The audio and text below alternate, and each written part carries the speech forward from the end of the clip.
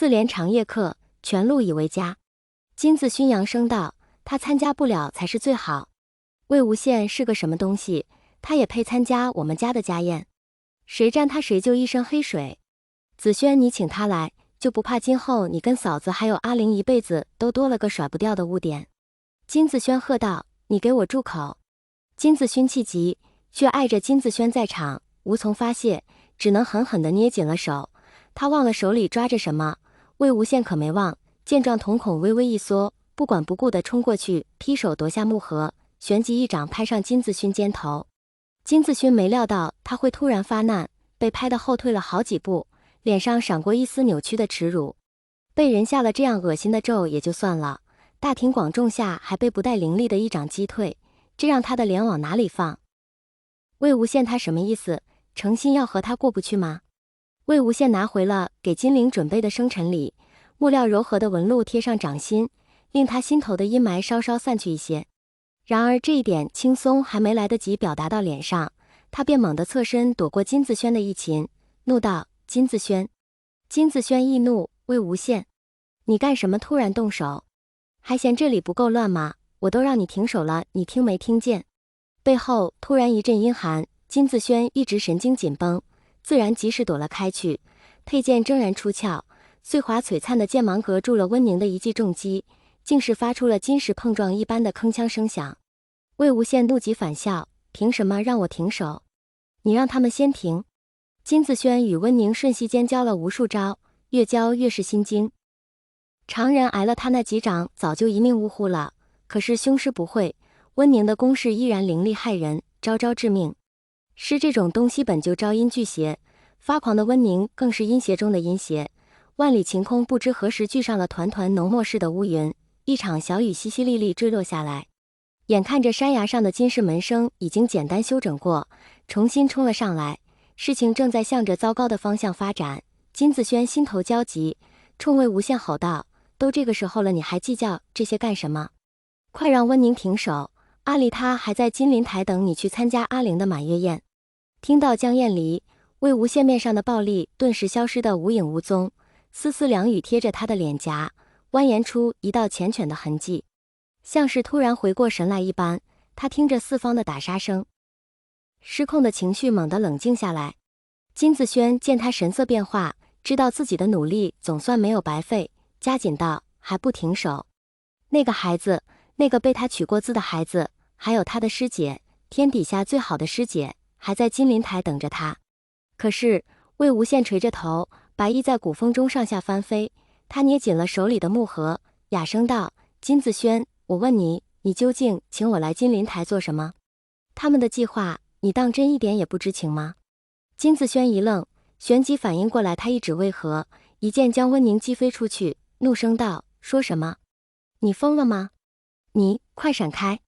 然而在他开口的那一刻，有些事情便已经迟了。魏无羡感觉后心一凉，仿佛被冰水从头到脚淋了个遍。他愣愣的没反应过来发生了什么，一句话忘在了嘴里，最后也没说出。他低头看见一截雪白的剑尖，肩上还悬着一滴血，在他的瞳孔深处坠落下去。白衣晕开一朵红色的花展，正在兀自盛放。该死的！他有点不合时宜的想，以前总嫌弃兰家那个披麻戴孝的风格，没想到难得穿一次白衣，居然就弄成了这样，估计不好洗，果然还是黑衣耐脏。金子勋面色狰狞地向前一送，而后反手将剑抽了出来。魏无羡似是有些站立不稳，踉跄了一步，更多的血液从嘴里涌了出来，滴滴答答坠落进湿润的泥土里。金子轩呆了，好半天都没有反应过来。魏无羡一抬头，就看见金子轩那张被惊得苍白了的脸，温宁反着眼白闪至他身后，一只手高高举起，他也全然没有反应。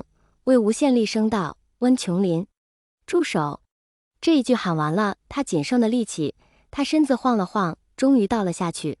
温宁周身一震，温润的黑色瞳仁重新落下来，然而他刚恢复神智，就看见魏无羡倒下去的惨状，顿时方寸大乱，站在原地不知所措道：公子，魏公子。魏无羡想插个科打个混表示自己没事，然而天不遂人愿，他连笑都牵不出一个，嘴角抽了抽，双膝重重磕上土地。金子轩一把拽过洋洋得意的金子勋，声音已然是劈了：思雅可不，你知不知道你杀了谁？当着这么多人的面几次三番维护外人，要说金子勋心里没火那是不可能的。闻言，他冷着脸将金子轩的手拍开，道：我不就杀了一个为非作歹的魔头吗？他对我下咒，这种下场就由自取，两清了，还有什么好说的？子轩，你可不能总向着外人。金子轩厉声道：他对你下咒之事，有谁能证明？魏无羡是我请来的客人，你杀他，让我和我妻子怎么办？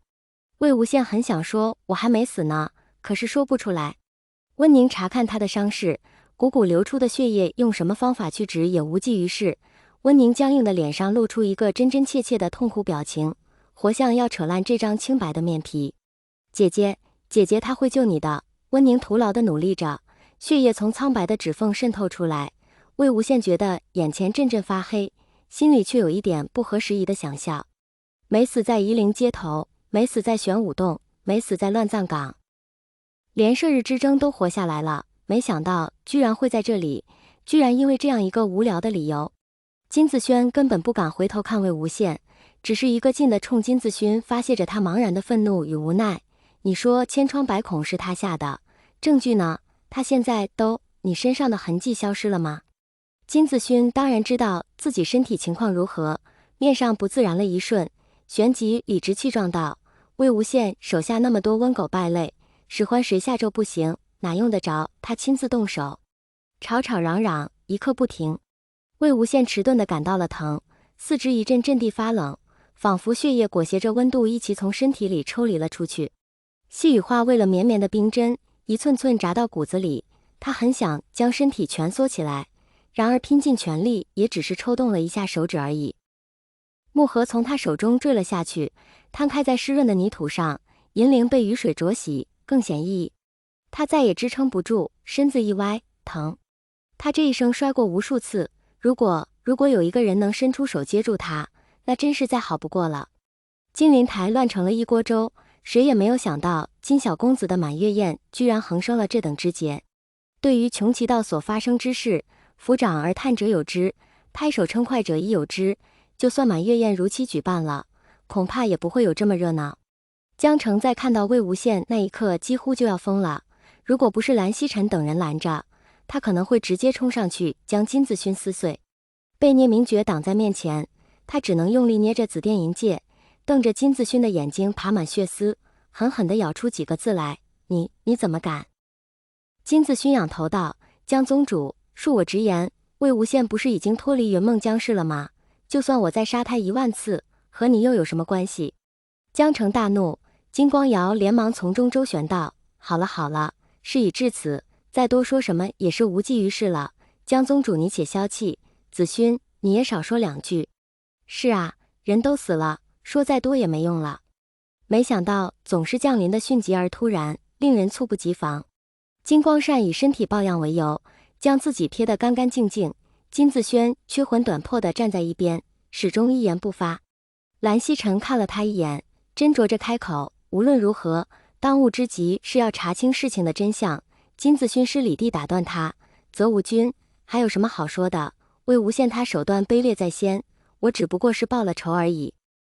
乱葬岗那些个温狗余孽，只要都杀了，不愁我的咒没办法解。被一同带上金陵台的温宁抬头瞪向他，指骨几声脆响，却碍于魏无羡给他下的最后一条指令，无法出手。